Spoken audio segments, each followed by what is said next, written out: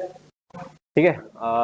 Basically introduction मेरा मेरा नाम प्रयास मिश्राम है और मैं वर्कशॉप कैलकुलेशन और इंजीनियरिंग ड्राइंग मतलब आप लोग को ट्रेनिंग देने वाला हूँ।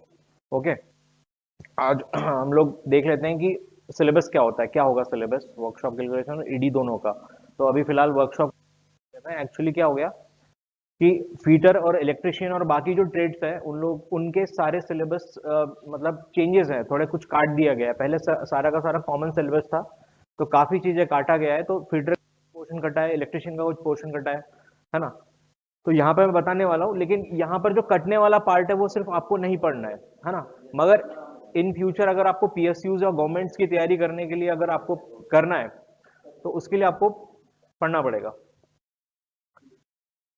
सारी चीजें जो कटी हुई हैं, है ना। तो पढ़ना तो आपको पूरा है। ओके, आगे देखते हैं सिलेबस। 1 सेकेंड।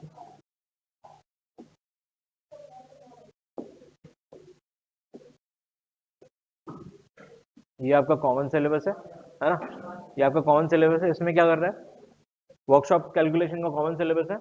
पहला चैप्टर है आपका यूनिट फ्रैक्शन का।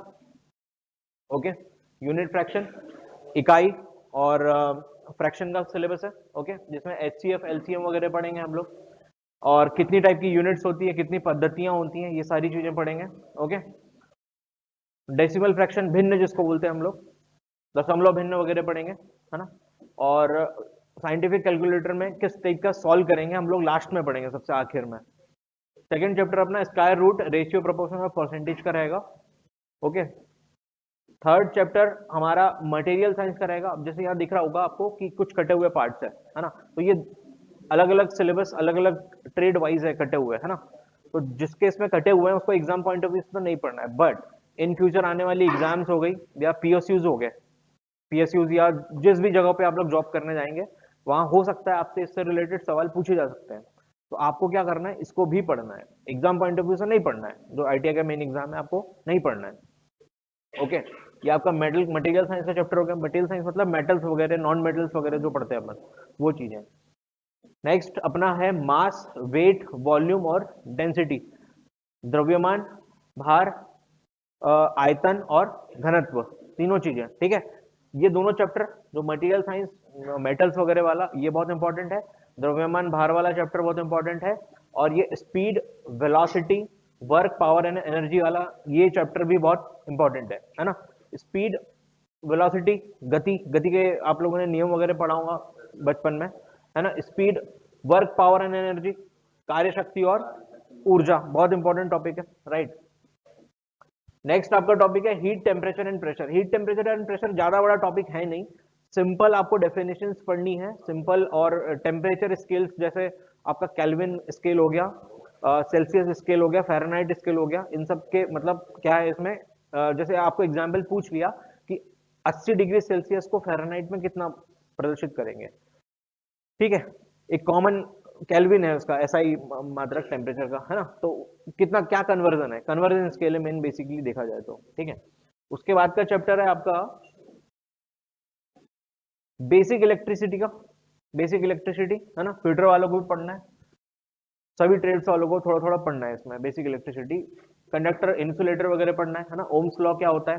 ओके, सभी चीजें पढ़ना है। उसके बाद आते हैं मेंसुरेशन, क्षेत्रामिति, क्षेत्रफल जिसको बोलते हैं हम लोग, आयत का क्षेत्रफल, वर्ग का क्षेत्रफल, वृत्त का क्षेत्रफल, है ना। ओके, फिर आते हैं लीवर और सिंपल मैकेनिज्म का टॉपिक है। लीवर और सिंपल मैकेनिज्म जो कि अक्सर मैकेनिकल जो पोर्शन होता है उसके लिए ज्यादा इंपॉर्टेंट होता है ये टॉपिक, ठीक है। और आते हैं ट्रिग्नोमेट्री। ट्रिग्नोमेट्री मतलब त्रिकोणमिति, ठीक है, त्रिकोणमिति को पढ़ेंगे हम लोग। तो ये ऐसे हमारे पास 10 टॉपिक है वर्कशॉप कैलकुलेशन के। 10 टॉपिक्स को हम लोग साल भर में पढ़ना है, हो गया। और फिजिक्स और मैथ्स, बेसिक मैथ्स और बेसिक फिजिक्स का मिला जुला रूप है। और तीसरा एक छोटा सा पोर्शन है मटेरियल साइंस का, है ना। देखो, ये शुरू में आपको तो मैथ्स का पोर्शन है, शुरू वाला कैलकुलेटिव पोर्शन है, कहने का मतलब आप बोल सकते हो कैलकुलेटिव पोर्शन है। मटेरियल साइंस जो है आपका बस एक अदर देन पोर्शन है। बाकी जो आपके नॉर्मल टॉपिक्स है जैसे mass, weight, volume, density, speed, velocity के फिजिक्स के टॉपिक है, बेसिक फिजिक्स के टॉपिक है, ठीक है। तो वर्कशॉप कैलकुलेशन आपका एक मिला जुला टाइप है, मिला जुला रूप है बहुत सारे सब्जेक्ट्स का, है ना। Workshop calculation. ओके, अब आते हैं इंजीनियरिंग ड्राइंग पे, ईडी पे।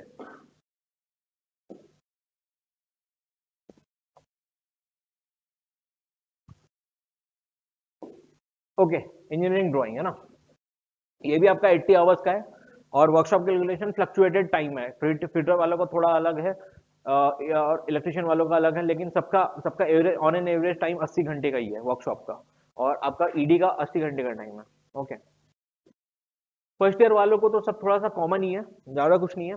आपको कन्वेंशन पढ़ने इंजीनियरिंग ड्राइंग के, मतलब क्या इंस्ट्रूमेंट होते हैं, क्या कहाँ यूज होने वाला है आपका इंजीनियरिंग ड्राइंग, क्या क्या इंस्ट्रूमेंट होते हैं, बनाने के लिए क्या इंस्ट्रूमेंट यूज होंगे, मेजरिंग इंस्ट्रूमेंट क्या होंगे, ये सारी चीजें पढ़नी है। ओके, ड्राइंग इंस्ट्रूमेंट क्या होंगे, जो आपकी पेंसिल होती है वो कितने टाइप्स की होती है, आपकी ड्राइंग शीट कितने टाइप्स की होती है, टी स्क्वायर कितने टाइप्स के होते हैं, ड्राइंग बोर्ड जिसके ऊपर हमको बनाना है वो कितने टाइप्स के होंगे।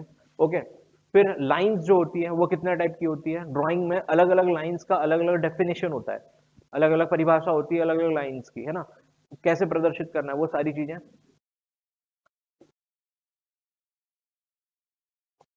उसके बाद में फ्री हैंड ड्राइंग्स क्या होती है ना, फ्री हैंडली हम लोग कैसे उसको कर्व को बनाना है, कर्व्स को कैसे बनाना है, सारी चीजें, ठीक है, फ्री हैंड ड्राइंग्स में आएंगी।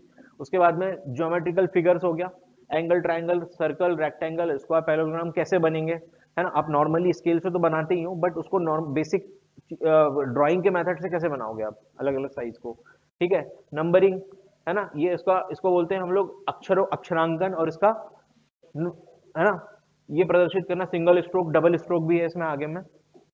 उसके बाद में आते हैं डायमेंशनिंग। डायमेंशनिंग मतलब किस तरीके से प्रदर्शित करते हैं, जैसे सर्कल को किस तरीके से प्रदर्शित करते हैं, कर्व को किस तरीके से प्रदर्शित करते हैं, किसी रेखाखंड को किस तरह प्रदर्शित कर सकते हैं, इसे हम कहते हैं डायमेंशनिंग करना, ठीक है।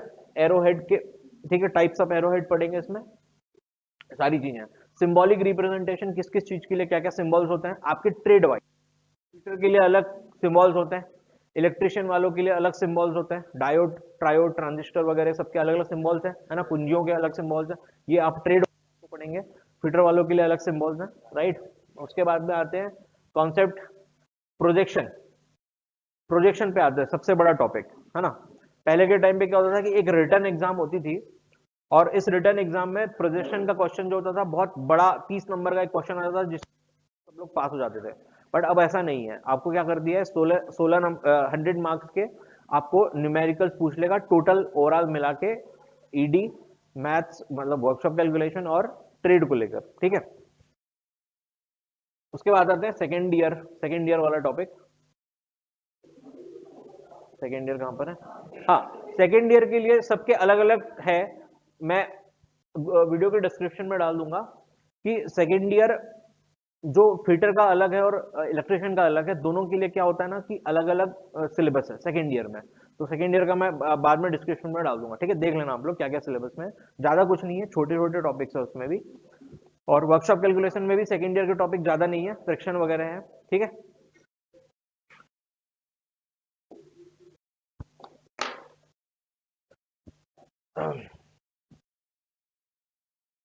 ओके, सेकेंड ईयर वाले, सेकेंड ईयर में क्या क्या टॉपिक्स है आपका, है फ्रिक्शन, घर्षण, सबसे बड़ा टॉपिक है ना। जब कोई एक सतह दूसरी सतह के ऊपर में मूव करती है, तो एक सतह की सरफेस दूसरी सतह की डाउन सरफेस को क्या करती है, रेजिस्ट करती है, कोशिश करती है रोकने की, है ना, उसी को हम क्या बोलते हैं, फ्रिक्शन बोलते हैं। आपको नेक्स्ट ईयर पढ़ना है, फर्स्ट ईयर वालों को और सेकेंड ईयर वालों का आपका टॉपिक ये है ना, फ्रिक्शन है। सेकेंड है आपका सेंटर ऑफ ग्रेविटी, सीजी, है ना, ग्रेविटेशनल फोर्स, जिस एक पूरे पूरे के पूरे एक कंसंट्रेशन पॉइंट के थ्रू खींचता है ना। देखो, आपका ये पेन है, इस पेन को पूरे के पूरे पेन को ग्रेविटी खींचेंगी, लेकिन हमको क्या होगा कि ना, इसके अंदर का कोई एक ऐसा पॉइंट होगा जो प्रतीत होगा पूरे के पूरे बॉडी को कॉन्सेंट्रेट करने की कोशिश करेगा उस ग्रेविटेशनल फोर्स को, इसको हम क्या बोलेंगे, centre of gravity. Area cutout, regular surface, area irregular surface, दो टाइप के सरफेसेस एरिया होता है, रेगुलर सरफेस और इरेगुलर सरफेस, उसके क्या क्या एरियाज होंगे, है ना। एलजेब्रा पढ़ेंगे हम लोग। उसके बाद आते हैं इलास्टिसिटी, है ना, क्या इलास्टिसिटी होती है, जैसे स्ट्रेस में हम लोग पढ़ते हैं इलास्टिसिटी क्या होगी, है ना। अभी मेटल्स में हम लोग पढ़ सकते हैं कि किसकी कितनी सामर्थ्यता होती है। ओके, इलास्टिसिटी मतलब प्रत्यास्थता बोलते हैं। हीट ट्रीटमेंट, हीट ट्रीटमेंट, है ना, हीट ट्रीटमेंट जो कि हम अभी पढ़ने वाले हैं, वाता भट्टी वगैरह में हम लोग हीट ट्रीटमेंट करते हैं, कच्चा लोहा को ढलवा लोहा और पिटवा लोहा में कैसे परिवर्तन करेंगे, ये हमने फर्स्ट ईयर में पढ़ा होगा, है ना, और अभी पढ़ने वाले हैं हम लोग। उसके बाद आते हैं प्रॉफिट एंड लॉस में और एस्टिमेटिंग एंड कॉस्टिंग में, ठीक है। उसके बाद बस इतने ही टॉपिक है आपके, 8 टॉपिक्स है वर्कशॉप कैलकुलेशन में सेकेंड ईयर को। ओके,